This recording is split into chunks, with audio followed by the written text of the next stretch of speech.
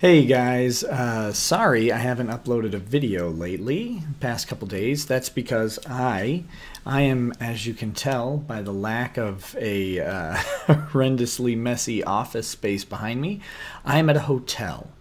I'm on vacation with my family, and that has obviously cut down on the amount of time I can spend recording videos.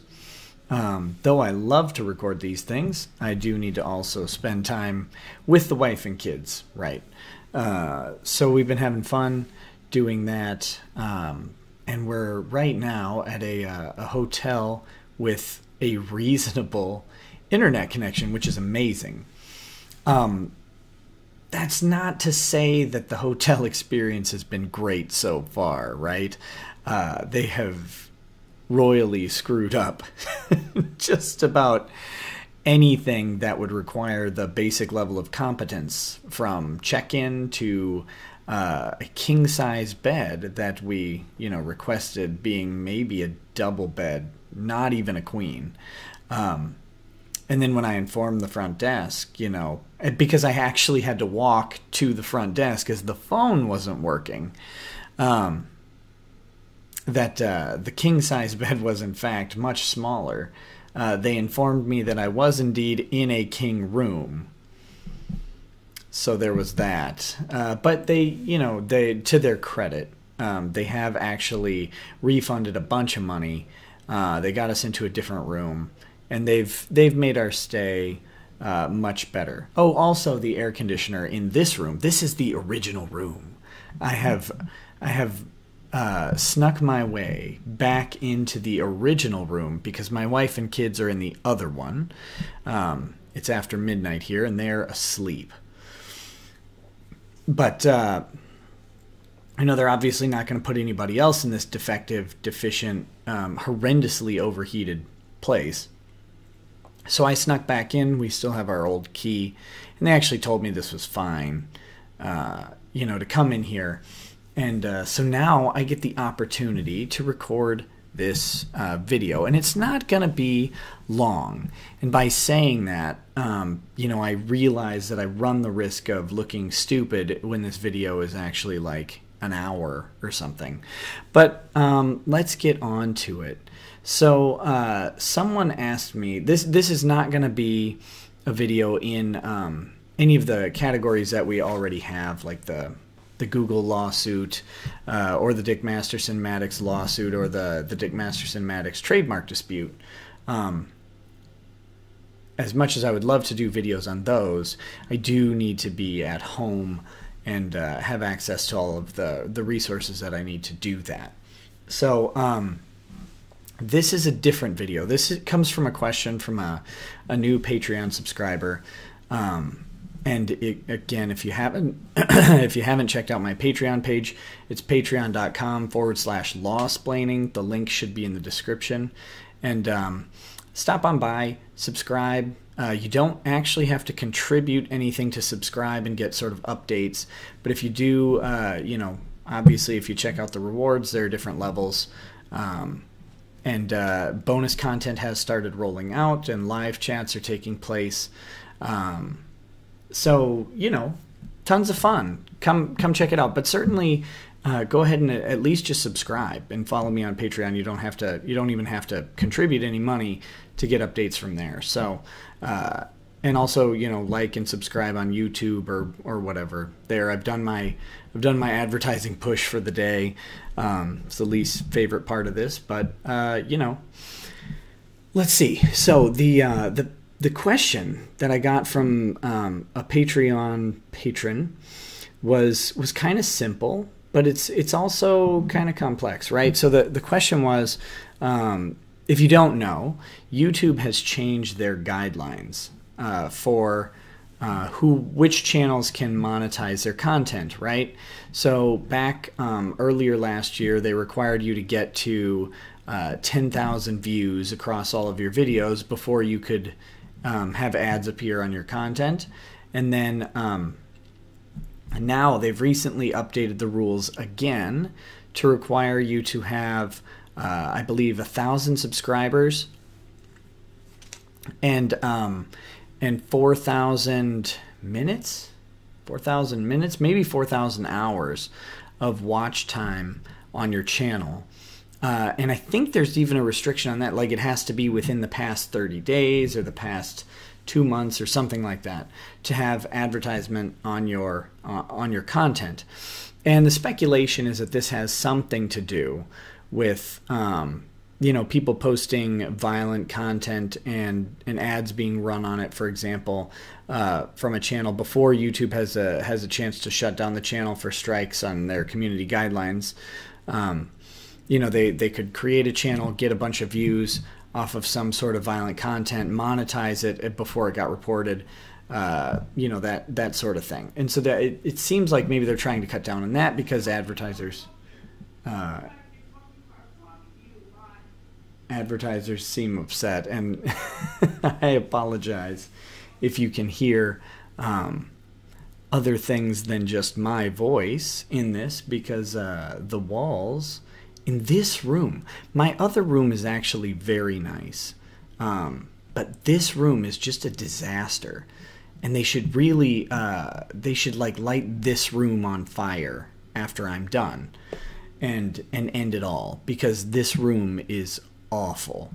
But yeah, so some idiot was just walking by yelling through the hallway, because you know it's 12:30 in the morning, so you walk through a hallway of a hotel yelling, and there's music coming up from the lobby that I can hear. So if my mic's picking that up, I apologize.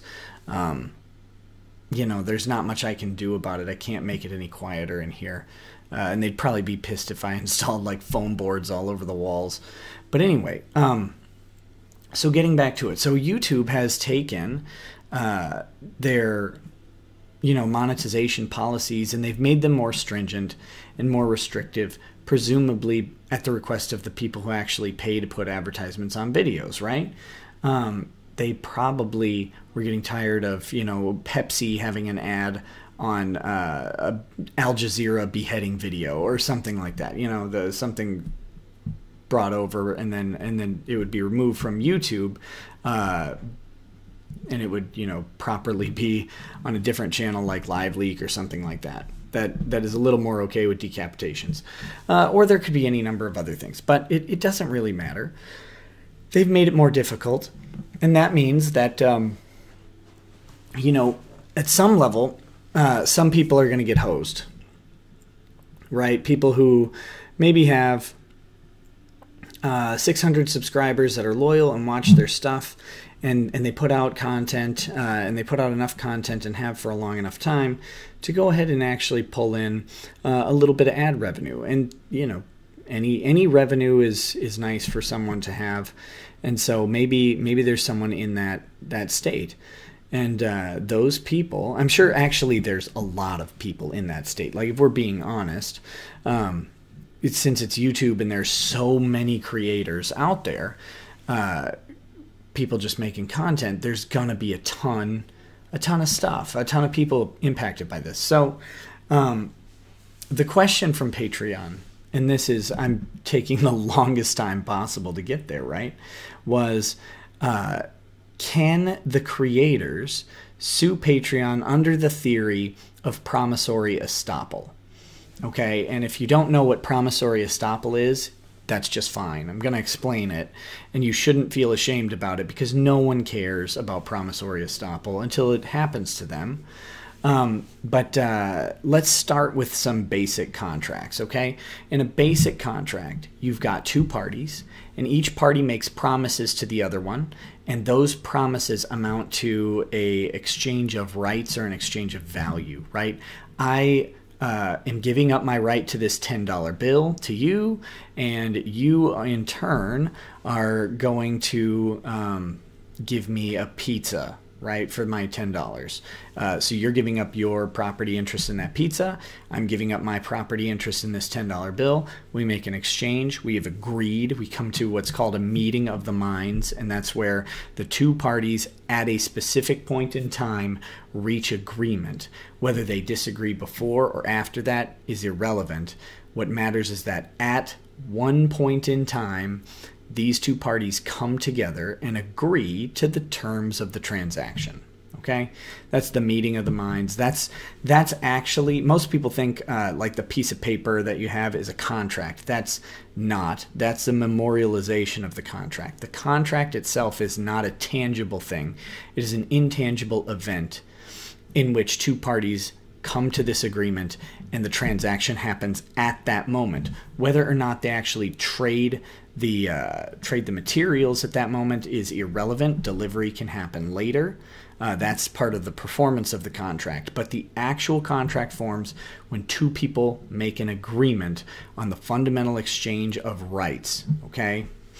This is, I mean, contract law is irritating because of stuff like this. It makes it very difficult to sort of conceptualize and to argue about when this stuff happens, because it's all internal, and the way you provide it. Usually you have evidence, right? Like a nice memorialized signing.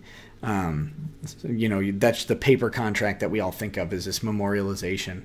But you can enforce contracts that have not been memorialized. They can be oral, or they can be implied contracts in some cases, where two people must have come to some sort of agreement because that's the only way this would work out, whether they talk or not, right? And I don't, off the top of my head, have a very good example of what an implied contract would be, but to help you conceptualize like how you could come to an agreement with someone without talking, think of two people coming up to a parking space, right? And you look at the other guy, he looks at you, and hopefully he nods, and then you pull into the parking space and he drives off without keying your car or like shooting you, right? That's at that moment, you two came to an agreement without saying a word to each other, without having any real conversation or connection. You just came to an understanding, okay? That can happen with contracts too. Lots of times this happens in the commercial context, where you've got someone, and they're probably talking, but they may not make an actual talk about the business, about the transaction itself. But you know, if you've got someone checking out a bunch of equipment or a bunch of maybe inventory that they're looking to pick up, you know, they're a paper distributor and they're at a paper mill looking at a bunch of stuff, and one guy motions to his assistant, who's got like a pallet jack, right, to grab a pallet of 20-pound glossy paper. You know, he goes over and just grabs the paper and goes on. The understanding is that they're going to make a purchase, that they've got the price. So this creates sort of an implied contract at that point. It's a little more complicated, but just, I'm ranting or rambling here. That's how you make a general contract. Just two people come to an agreement on an exchange of rights. That exchange of rights, the right that you give up, is called your consideration. Lots of times it's money, sometimes it's labor, other times it's a performance of some sort, like, you know, when Taylor Swift is booking a concert venue, Taylor Swift is agreeing to perform at the concert venue, and then the concert venue is agreeing to provide her a place to perform. They're usually providing staff to do security and all sorts of other things, right? So there's this exchange of promises that goes on, and to the benefit of, hopefully the benefit of both parties. That's the idea in most contracts. Okay, so promissory estoppel is a little different.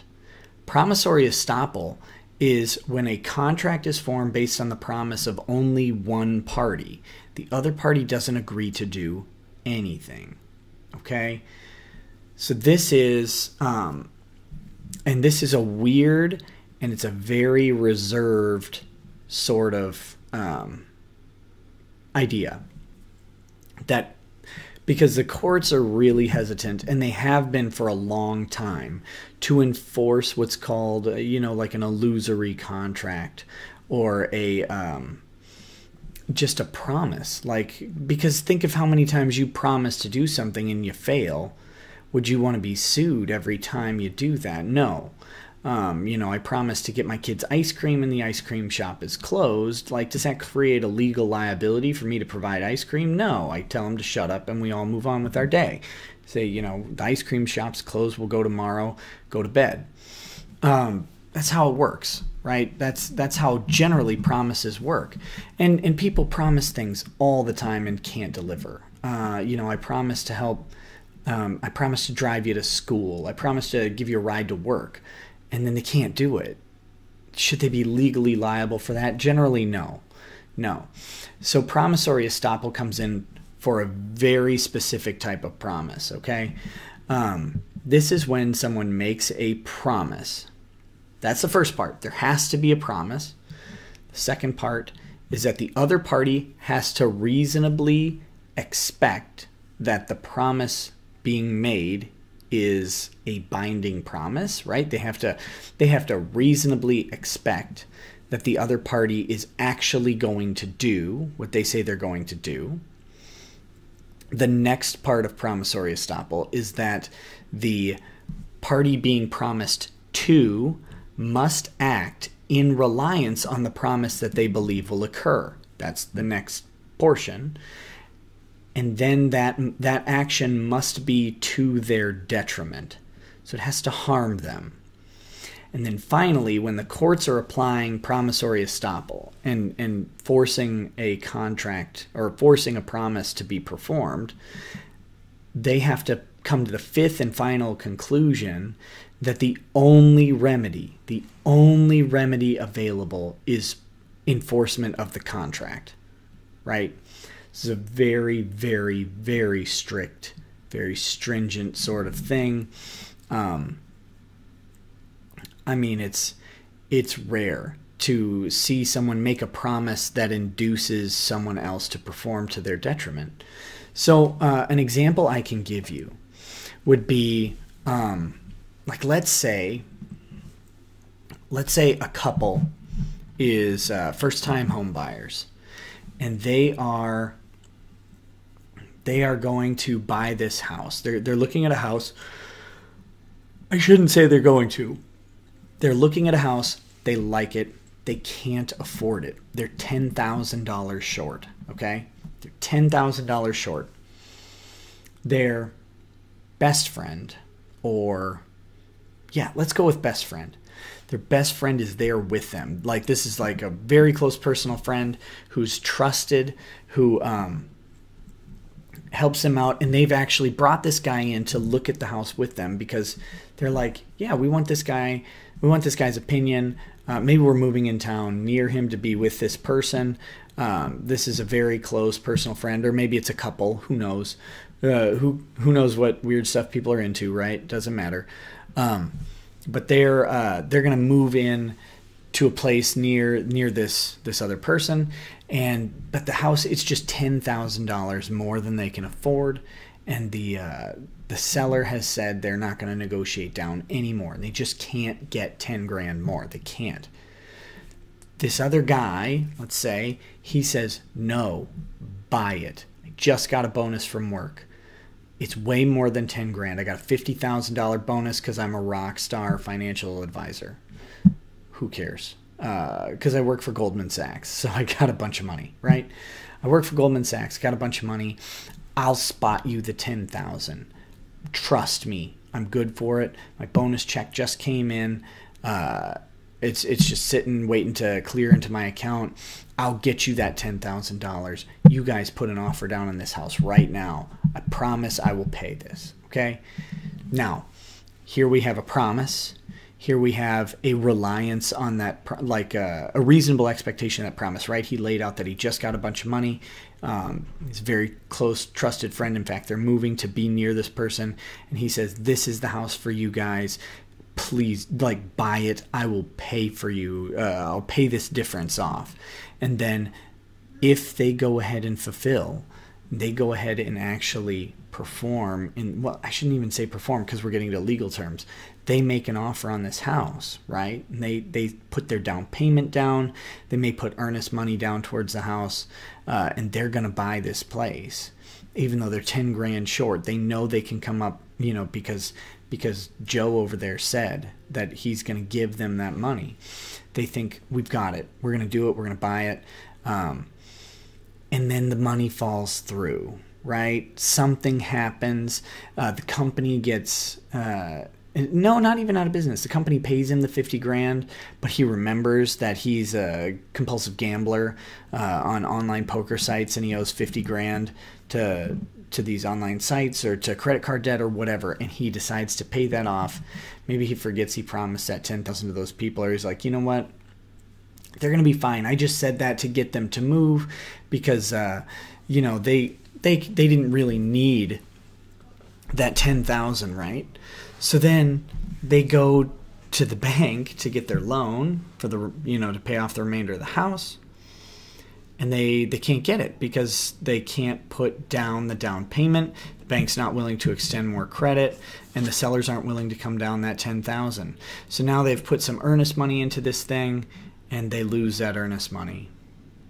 All of this happens, and if you don't know what earnest money is, it's like an insurance policy. You give the seller a certain amount of money to basically like let them know you're serious in your offer, and that earnest money is usually forfeit. Like if you back out of the purchase, you don't get that earnest money back. That's the whole point of it, is that you're giving them money as an assurance that you're going to follow through.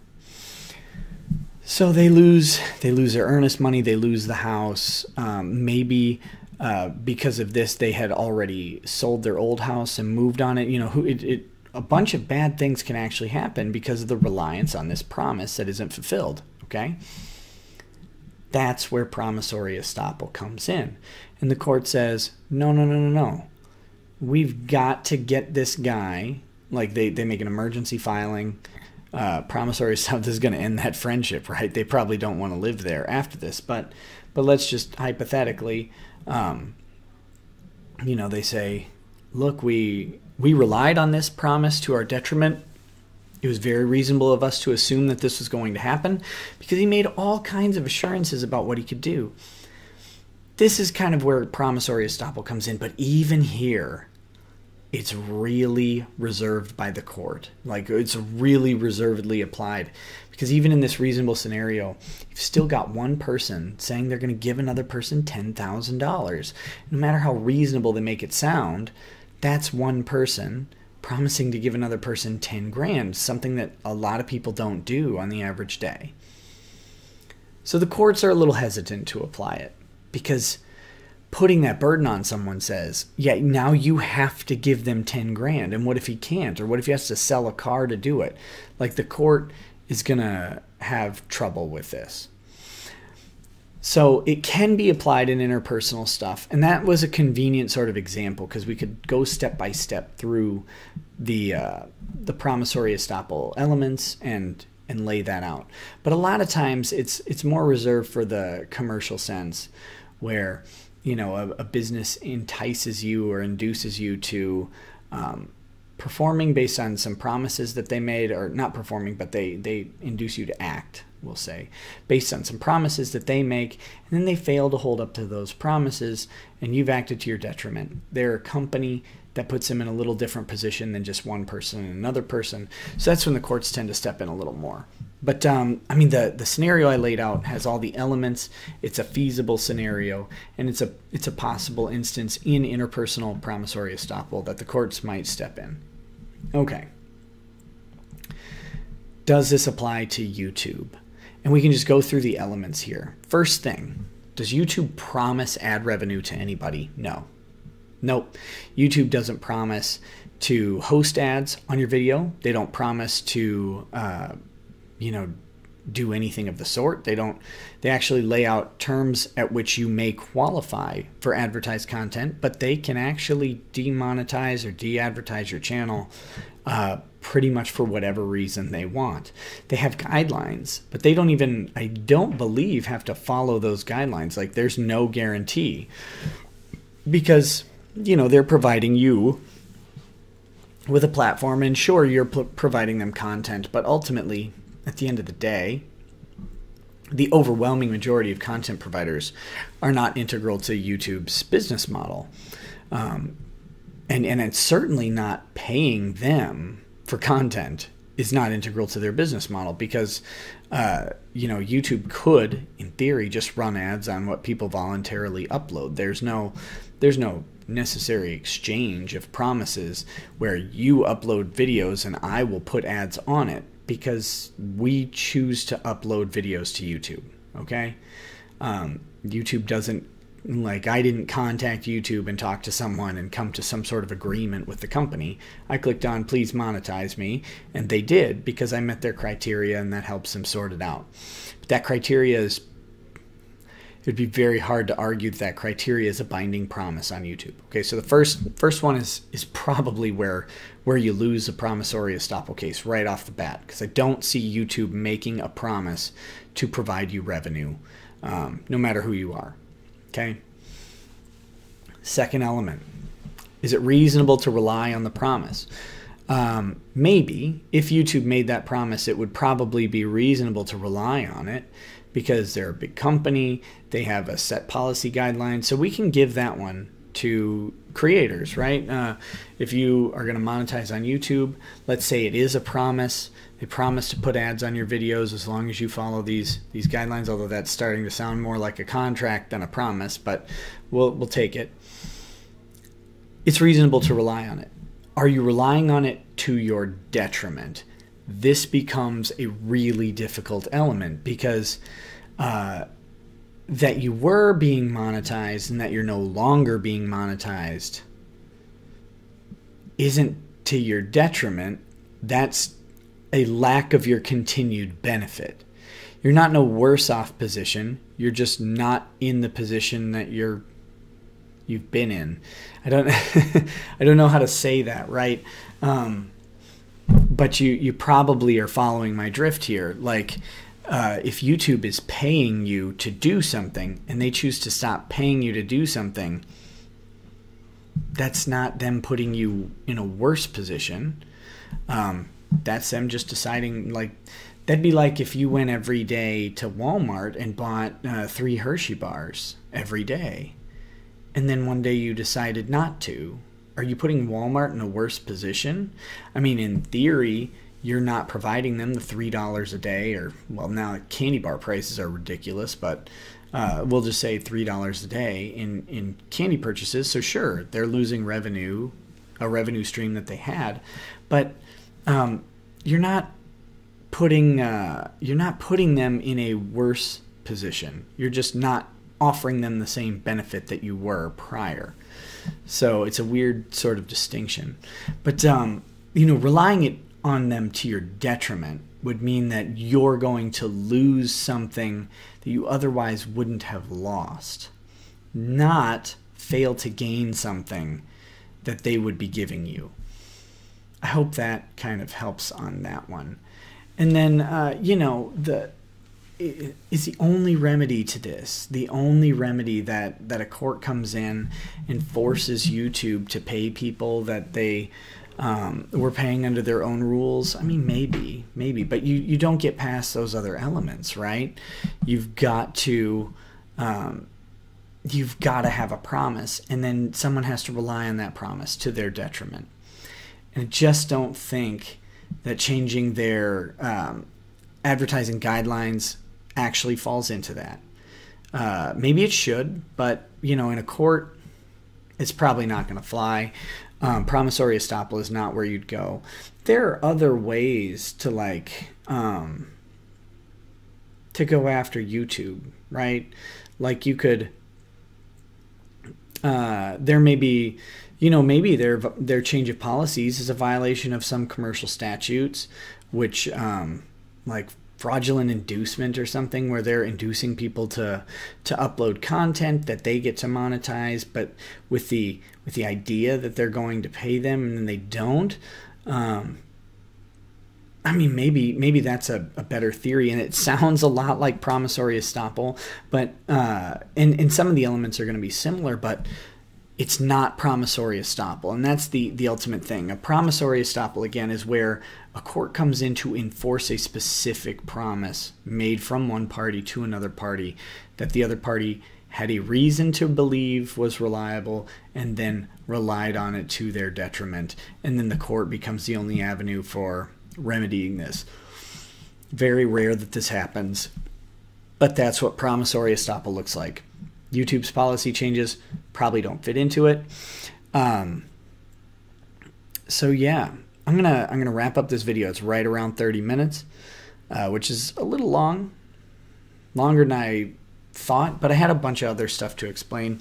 And this is a very educational heavy video and light on the comedy.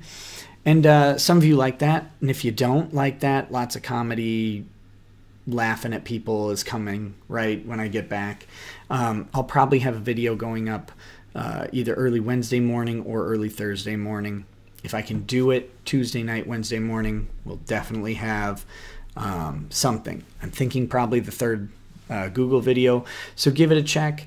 Follow the channel, subscribe. You know, maybe you learn something, maybe you laugh a lot, maybe you hate me and think I'm a dumb idiot. That's fine. Whichever you like, man. I'm down with it. But yeah, I hope this video helps answer that question, and I hope the video is at least educational to you guys. And please check back, and I will see you later. Have a good night.